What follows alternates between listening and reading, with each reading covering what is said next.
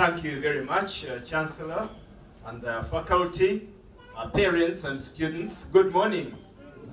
Mungu asifiwe. Please be seated.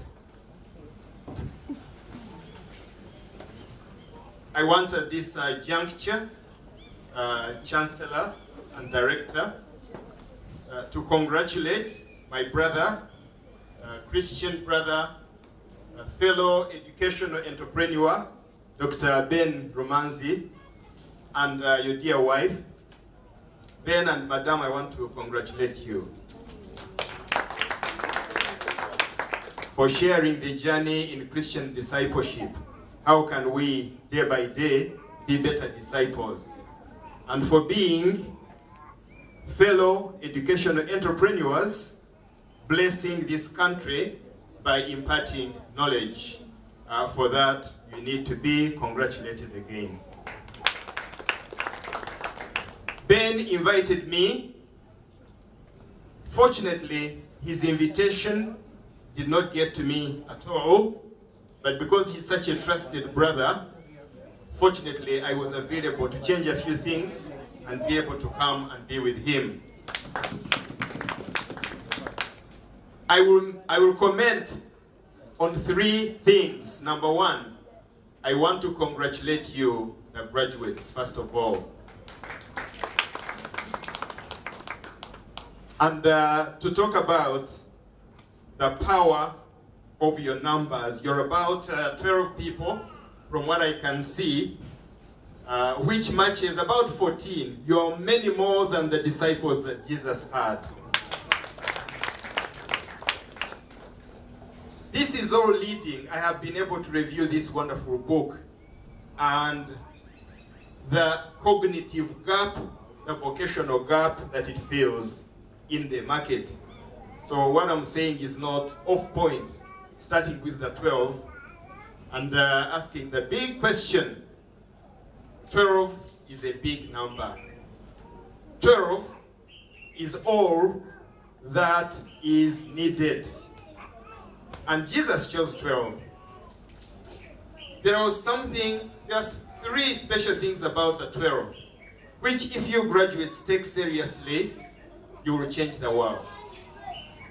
In many places, although individuals take on jobs and change, ultimately, the people who come and are mentored by one thinker, who get to admire Dr. Ben's vision and his perspectives, Dr. Hamlet's vision and his perspectives, Dr. Agaba's vision, who is my neighbor in our village, and his perspectives, you'll find the power of the development philosophy, which you take from API. You may not be working in the same place, but you are the API class of 2024. You share a development perspective. So, what are the unique attributes that the disciples of Jesus had, that being such a small number compared to their opponents, they were able to change the world? That's very, very important. What do you find in Peter? What do you find in Bartholomew? By the way, do you people remember the disciples' names? If anybody comes forward and tells me 6 of the names, I'll give them a brand new copy of my book, and also maybe buy them a copy. Knowledge should never be free. So if you come and tell me the 6 disciples, or if you put up your hand and you say that you know them, come. 6 names of the 12 disciples. You'll be my star today if you can do that. Thank you very much. And your name? What's your name? My name is Rumanzi. Okay, and you can tell me 6 of the disciples? Yes. First one is Simon Peter. Second one is Thomas. John. James.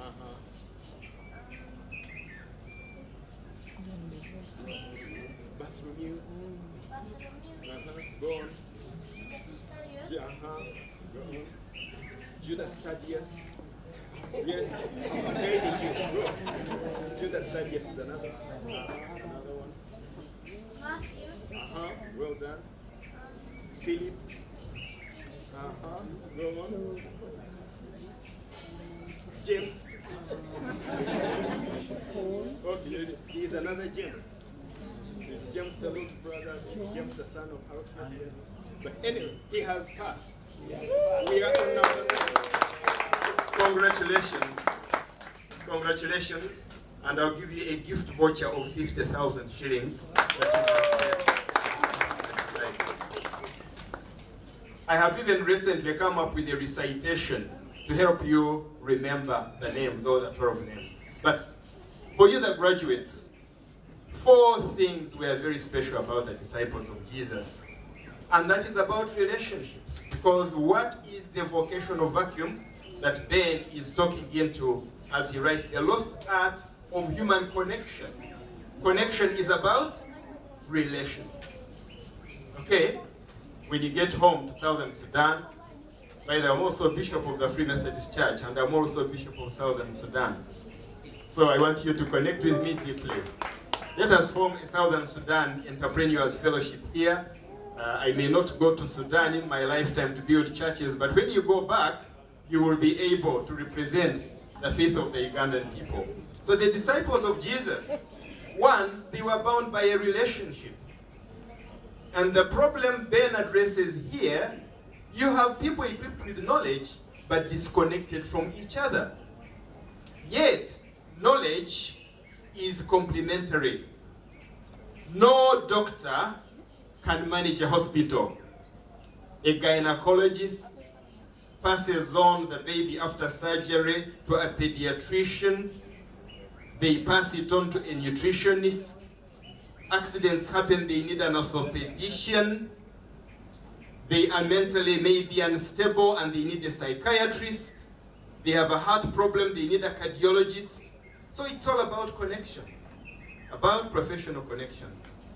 And the good thing about the disciples of Jesus is that they had determination.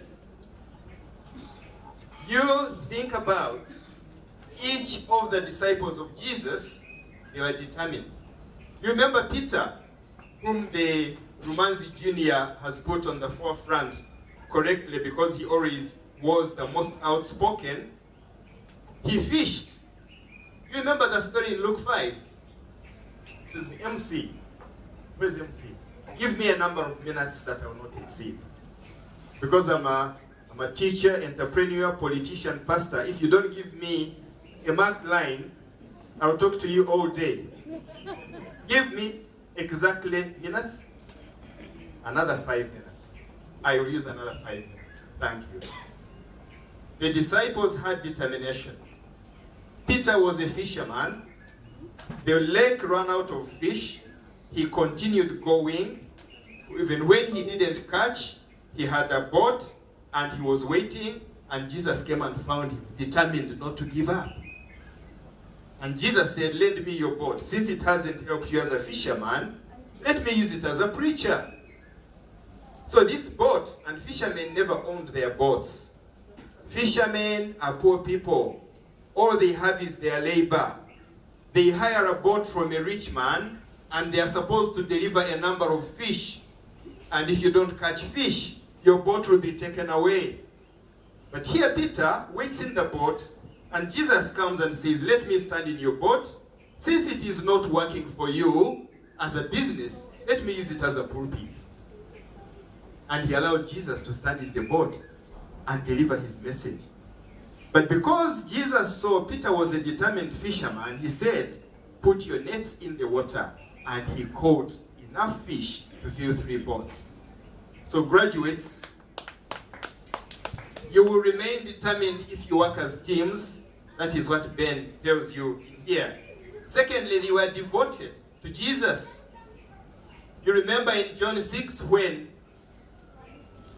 most of those following Jesus turned away.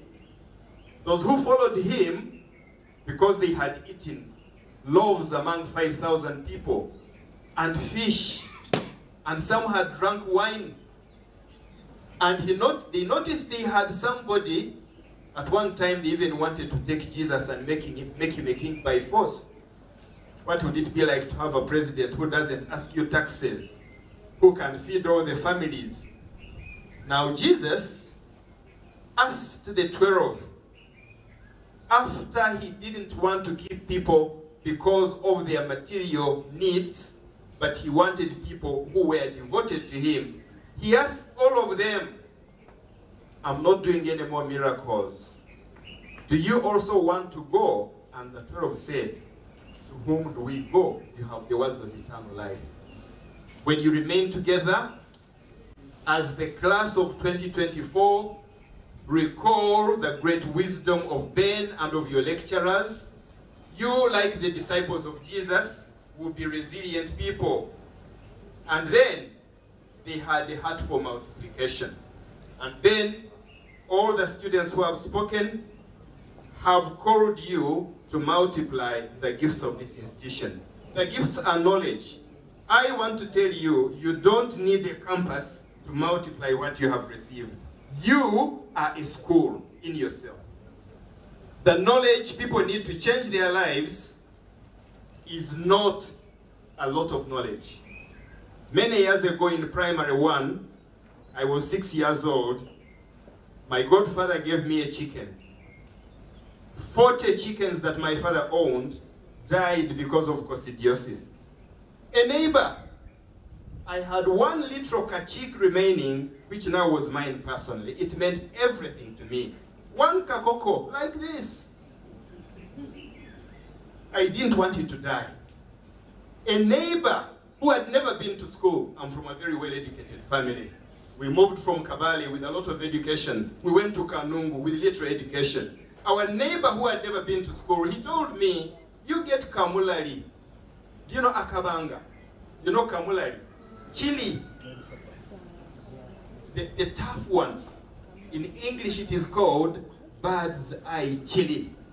It is the size and shape of the eye of a bird. The neighbor told me, you go and get a bird's eye chili, mix it in water, and feed it to your little kachik. That's easy. I took the chili. I suffered an accident because I crushed the chili in water and forgot to wash my hands. And in a little bit, I wiped my eye. Oh my. My eye was like this. Every morning, I gave my little kachik a small drink of chili water. The kachik survived. It flourished. My father told me to take it to a neighbor's house to look for a male. It visited for 2 days and got a male and came back to me. It laid 24 eggs. My mother told me 24 are too many. Let us cook the 12 for your father. Children, you don't have an egg when your father is there. The 12, 3 were fried for my father each day. I didn't taste. The 12 were put on the cheek. It went broody, produced 8 chicks. 3 died, 5 survived. Long story short, within a year, I had 50 birds in them. Wow. This answers for you the question, how much knowledge does a university graduate need to prosper? Tiny. P1 knowledge. If my birds, now when the birds grow to 50, this is what happened. We are a patriarchal society. You are a child, you cannot own wealth. When they went to 50, my father declared, you cannot now say that all the hens in the Kabushenga garden are yours. These are now family birds. Now they wouldn't even ask me to kill one. When they are still about 6 or 7, they say, Hamlet, shall we kill your chicken? I would say yes. Now, I calculate. If 50 birds had all been sold, today a bird is 50,000. If 50 birds are sold today at 50,000 shillings each, you have how many million? 3 million. Put 3 million on a fixed deposit account at around 30% per annum.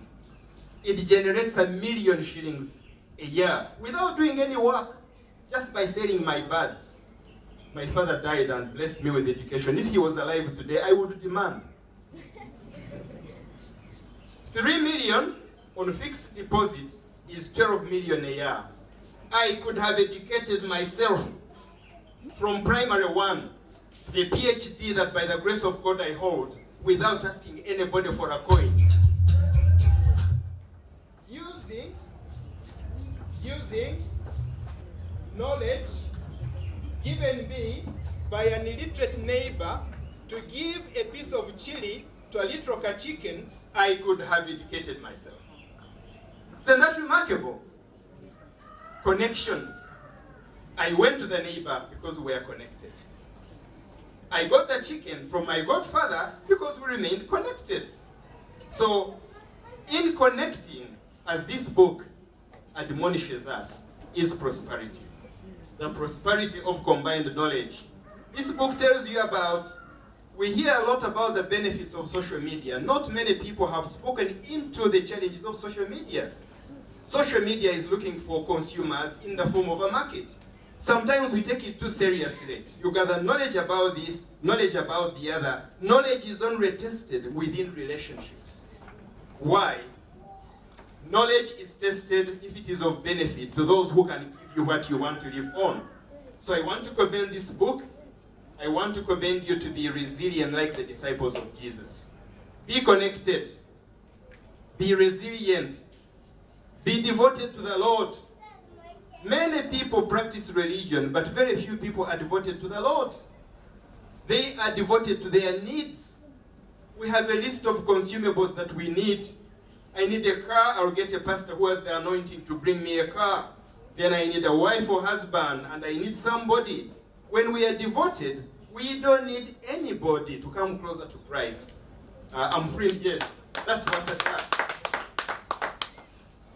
I'm a bishop of the Free Methodist Church, and free stands for being free from clericalism.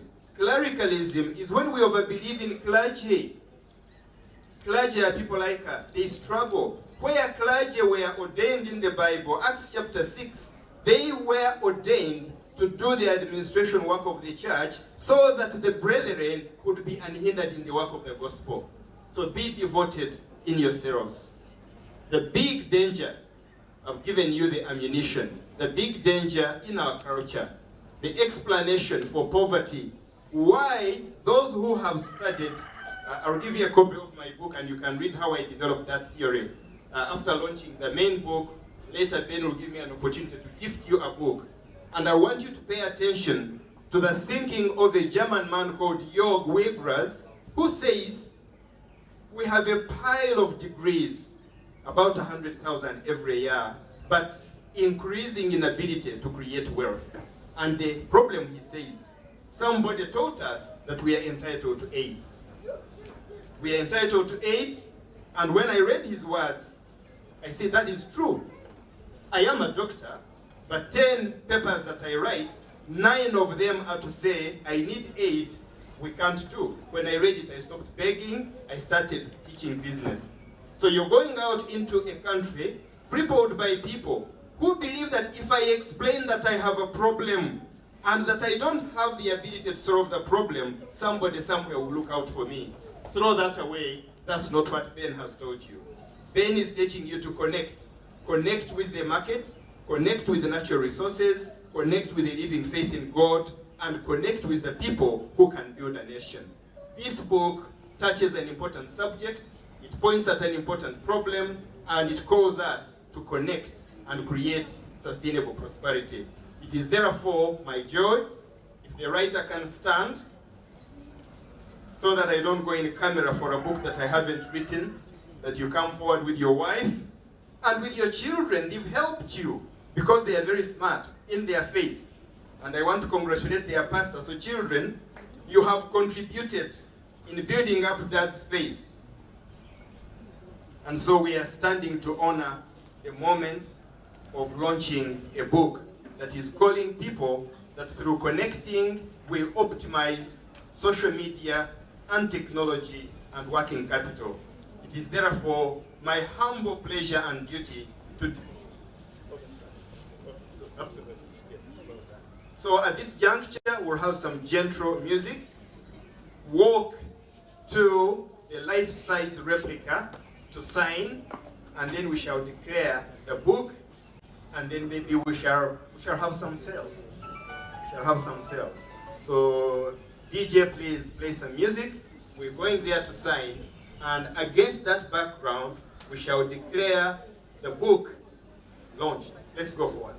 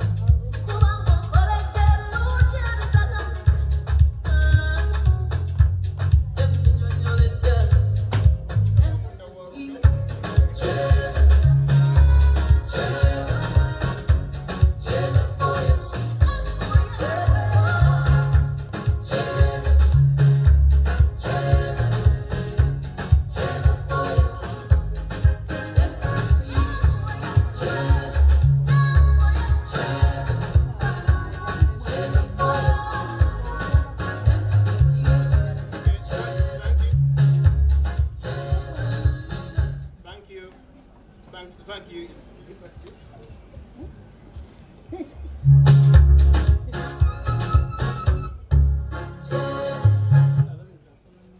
I'm looking for a mic.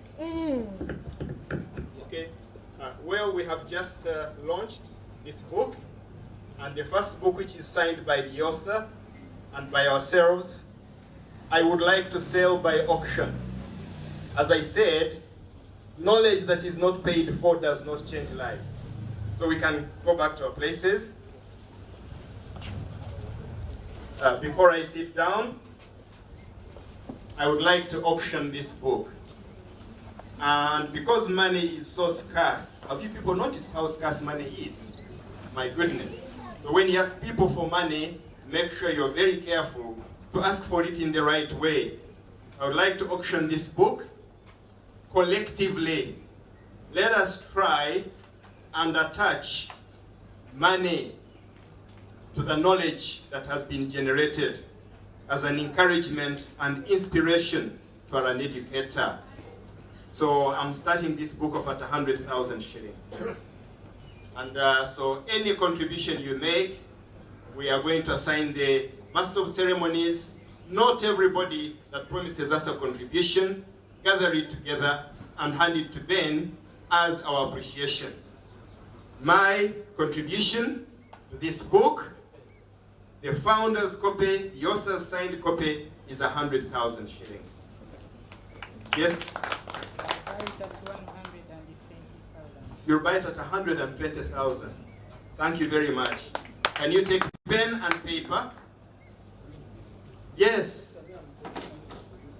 Thank you very much. This has taken me to 120,000. So now that is a matching fund. May I have, there are two people bidding for this book. Allow me to take 2 minutes and ask friends, why don't we merge? Yes, please. I want to merge the auction. I donate my 120 to my fellow bidder, which has made it now 240.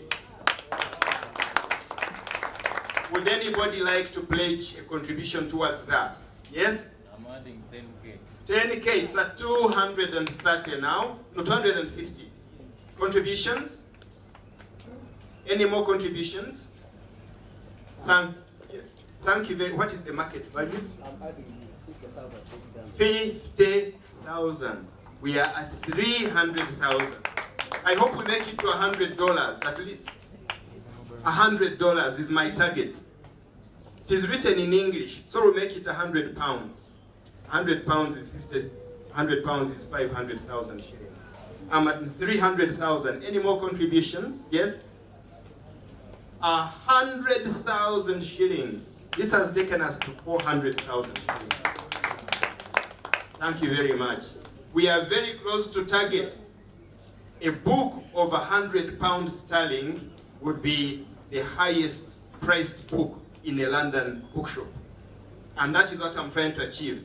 Knowledge is knowledge. Wherever it is, knowledge has no monetary value. It is invaluable. I have 400,000, looking for another 100,000. From 2, 3, 4 people. Okay, 400,000 going once.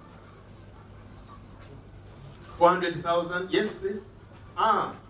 Receive my contribution of 400, that's how much? 20. 420, I am 80 away from target. I'm 80,000 away from target. Okay, 420. Any contribution? Okay, thank you very much. 420, and my target was 500. So I'll tell my wife, who visited and appreciated the work that Ben and Madame are doing, and I'll tell Mama Kellen to add in the 80,000 so that we round it up to a 500,000 shilling. So 500,000, give me a clean copy, because we are giving it to my fellow bidder, and you are signing it. So my fellow bidder, come and receive.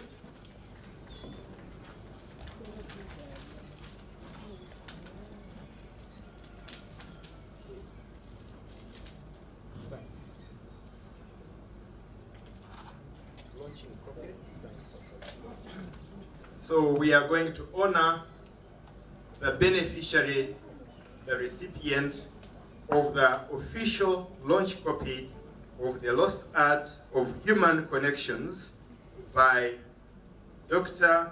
Rumanzi Ben Ushari, and I'll do this in the name of all who are congregated here. And I'll do it for God and my country. Let us applaud. What's your name? Okay. So right is taking it for the one in the Gideon Bushari.